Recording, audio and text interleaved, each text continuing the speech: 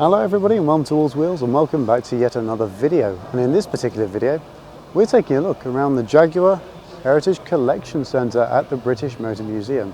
Now I'll explain, this little building isn't actually a museum, it's just where Jaguar and Land Rover as well, it's where they store their vehicles to go to shows such as this, and obviously all around the country and for press releases as well. So let's go on inside and have a look at some Jaguars and Land Rovers. Now before we start looking at some Jaguars and things like that, also having a look around here was recommended to me by one of my subscribers, Ian at TeamBallyloughClassics, so I'd like to thank him for suggesting this because it actually looks like a really rather interesting building. And of course, being in a building, I'm wearing a face mask again. So just on this wall here we have a collection of Jaguar paintings, and most of them show off a really awesome scene. I mean, this one's clearly at Le Mans. That one looks like it's at the top of Eau Rouge at Spa. Yep, Spa-Francorchamps, it even says on there. Le Mans 1951. This is just an awesome little building to go into and have a look around. Alpine Rally look. The thing, of course, being the Jaguar collection, every single vehicle in here has got some special significance to the Jaguar company, where it would be the first of a model or the last. This particular one just here is the very last of the Jaguar XJS family, and this one here is a 6-litre V12 Coupe. This one over here, this was the very last 4-litre production of the XJS Convertible. Just have a look inside of that interior though. It is rather lovely in there, isn't it? This little white car here is the Jaguar Xk 120 open 2-seater, and this particular one was twice winner of the Alpine Rally in 1950 and 1951. You can see a little scratch there, presumably from a stone coming up and hitting the car. This model will be instantly recognisable to any Jaguar fan, especially with that massive rear fin. But this is the 1956 Jaguar D-Type long nose, and this particular one was first in 1956 at Reims, or Ram, however you want to say it, the 12-hour there, and 6th in the Le Mans 24-hour race. This particular one, number 25, and it went to the Goodwood Festival of Speed in 2016 as number 55. Although not a Jaguar, this has got a little place in the building. It's a 1928 Austin 7 Swallow, and this is the oldest known surviving Austin 7 Swallow. And this one here, just next to the 1928 open top one, is the earliest surviving Austin 7 Swallow. This is the Saloon model. This one here is the 1932 SS1 16 horsepower coupe, also known as the helmet wing. This was the Swallow Company's first complete car. It's quite a long one actually, isn't it? This here is another Swallow SS1 16 horsepower, but this one's the Tourer, and it's one of around 13 known survivors. A 1933 Ss2 Coupe, one of only 275 coupes built in 1933. I will say it's got a really nice colour scheme with the green and the cream. I actually really quite like that. 1938 SS Jaguar 100 2.5 litre. This is one of only 191 2.5 litre SS100s ever built. So it's very unlikely you'll ever see one in the flesh unless you come here. This particular car here is a 1948 Jaguar 3.5 litre Saloon, also known as Arthur's Mark IV. This was built for Arthur Whitaker, the Jaguar director and general manager at the time. Looks rather gorgeous, I have to say, especially in the black. It really suits it. Jaguar Mark V 3.5 litre drophead coupe. This here is a 1955 Jaguar Mark VII M Saloon. This particular one belonged to the Queen Mother between 1955 and 1973. 1969 Jaguar 420 G Saloon. This had only one owner, and it was donated to the trust in 1985. This car is a 1968 Jaguar Xj6 Series 1 4.2 litre saloon. This was the personal car of Sir William Lyons. The Queen Mother had the Jaguar Mark 7M Saloon that's over there, and this is the car that ended up replacing it. This is the Jaguar Xj12 S1 Van den Plough Saloon. This here is a 1978 Jaguar Xj12 Series 2 5.3 litre coupe. This is the very last of the production of the Xj6 Series 2 coupe. Fun fact with this, it's got a vinyl roof, and as I just heard from one of the guys that seems to work in this building, apparently this was chosen to have a vinyl roof because the metal under it was sort of crinkled and sort of warp a little bit underneath. So what this would do is cover it up quite nicely and make it look rather neat and keep its shape.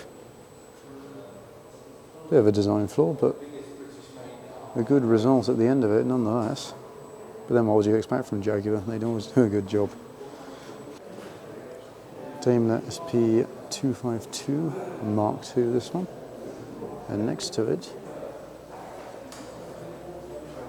Daimler SP250 Sports Prototype. These are also known as the Dart.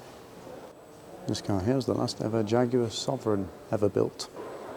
But look, for hubnut fans, windscreen wiper action on the headlights. This is a Jaguar Xj6 3.2 litre sports saloon, and it's the last Jaguar ever built using the AJ16 6-cylinder engine. This is the 2005 Jaguar Super V8. It's the last one ever built at the Brown Lane factory. The last ever of the Jaguars, not just the Super V8 model. Going on to something a bit more modern now, the 2019 Jaguar Xj. This was the last ever right-hand drive one to be built. 1995 Daimler 6. This one was used by Nick Shield, chairman of Jaguar Cars. This here is a 1996 Daimler Corsica Convertible. There's a one-off concept commemorating Daimler's centenary. Jaguar Xj40 V12 Coupe concept. It was a one-off study built near the end of the Xj40 production. This here is a prototype for a Jaguar Xj40 Estate. There's something interesting about this. It's got a transparent bonnet so you can see all the engine works underneath. This one here, making a rather bold statement, is a Jaguar Xj8 polished saloon. This has been fully polished to show off its all aluminium construction. Not quite sure how well it's showing it off, but the camera never gives it justice. Jaguar Cxf Concept Car was a precursor to the Jaguar Xf production car. You can see some of the design details in this one were used in the Xf. This one's a bit of an oddball, but it is a Jaguar RD6 concept car. This was a development model of the 2001 R Coupe. 2001 Jaguar R Coupe concept. I hate to say, but it looks rather Bugatti-like from the front. This is a Jaguar F-Type concept. Not for the one that came out in about 2013 or so, but this was a concept back in 2000. They had to make sure they got it right, you know. 1998 Jaguar Xk 180 concept car for the Paris Motor Show. You certainly see that 60s element of design here mixed with the late 90s design language they were going for.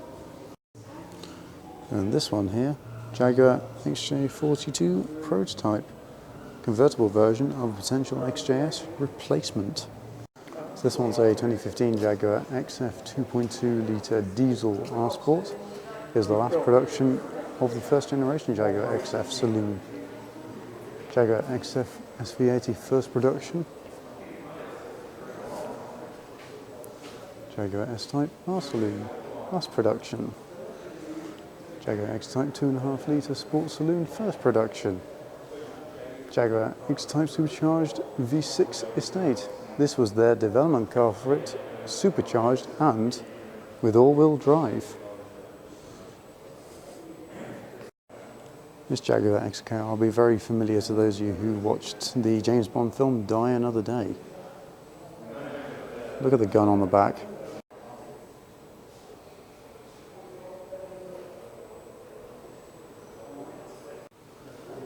(2005) Jaguar Xkr Supercharged Coupe. This is the very last of the production. 2005 Jaguar ALC Coupe. This was an all-aluminium concept car. It was a teaser for the Xk. You can definitely see the Xk's face in it, can't you? Jaguar Xkr Coupe, last production. Jaguar Xk8 Union Jack livery, replica of the Austin Powers car from Goldmember. This is a Daimler 2.5 litre V8 saloon, based on the Jaguar Mark II saloon, but with a Daimler V8 under the bonnet. Jaguar S-Type 3.4 litre saloon, based on the Mark II, but with independent rear suspension.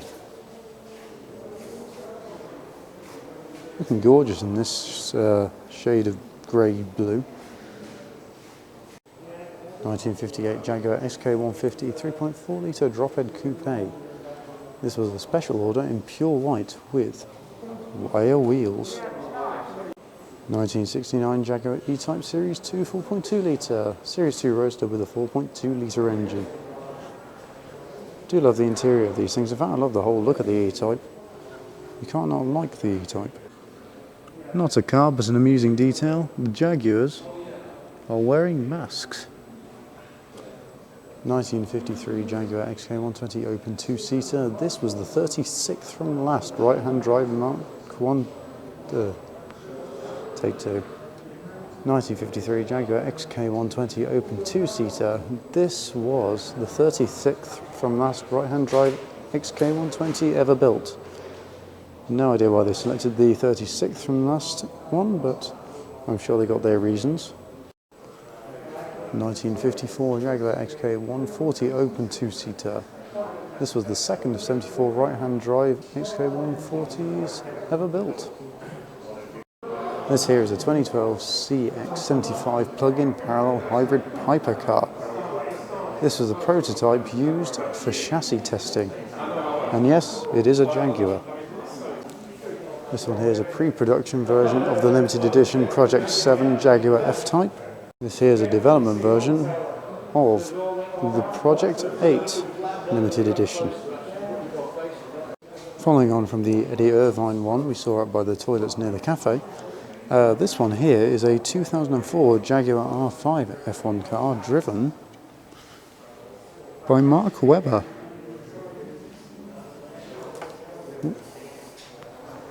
Again, you can see the interior.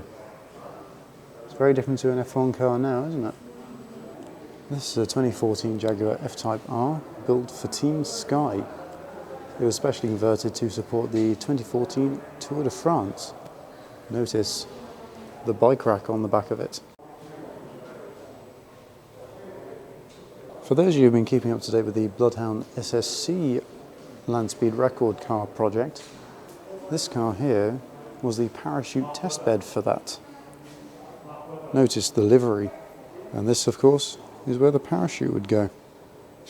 This here is the Thrust SSC fire car built to support the SSC World Land Speed Record bid. So basically this was a little fire truck for it, so that should the Thrust SSC Land Speed Record vehicle catch fire, you could have a Jaguar quickly fly up to it and obviously put the fire out. At least that's the intention. This wide boy is obviously a Jaguar Xj220, but this one is one of 10 built to help develop the Xj220 into the supercar we know it as today. And this here was the concept car of it. We're now heading on upstairs. Just look at how big the show is.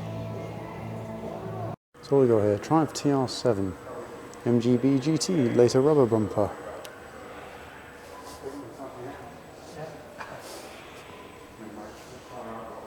A British Leyland ECV3.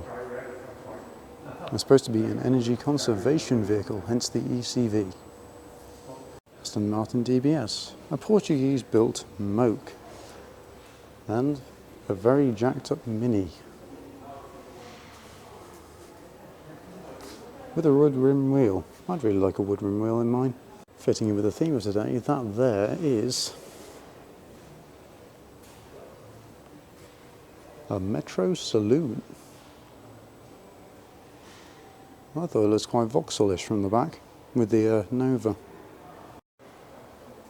Another Mini 9X, this one's a gearless prototype. Austin 1300 SRV5 safety research vehicle, hence the SRV5.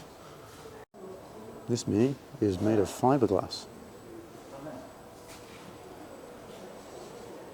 That way then, the bodywork of it at least will never rust.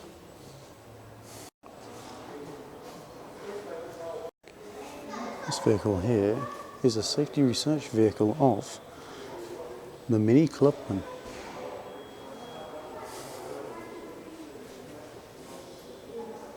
(1994) Austin Montego. This was the very last one, and it was the very last Austin as well. Again, like the Austin we saw in the actual museum, this one's been signed by everybody who worked there. Believe it or not, this is an MGF, but it's got a Metro van body on it for testing. This here's the last of the line of the Rover Metro family, also known as the Rover 100 by the end.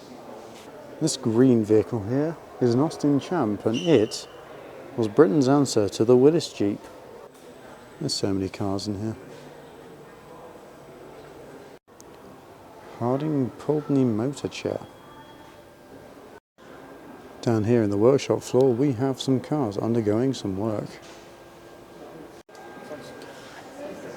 Now, to the untrained eye, this Mini Clubman just looks like it's battered and bashed and just up here for no reason, but back in the 70s when the Clubman was in production, this particular one was used by the workers at the Austin Morris whatever factory, British Leyland even. And with this one, when they were using it, it was driven about everywhere, it was quicker than walking. But with this one, by the end of production, they buried it in a tunnel under the factory, and when that tunnel was obviously re-excavated many, many years later, they found this underneath. It's rather incredible it's lasted so long in a deep, dark, damp tunnel. Who likes a treat with Shaun the Sheep? This here is a full-sized replica of the Land Rover they use in the TV show Shaun the Sheep.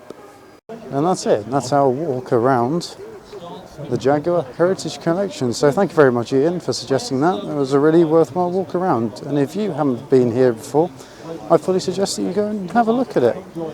Anyway guys, if you've enjoyed this video, please remember to leave a like, comment down below, and of course, if you want to see more of this kind of content, feel free to click subscribe, or plenty more of this kind of videos to come. Thank you very much for watching guys, and I'll see you next week. Farewell.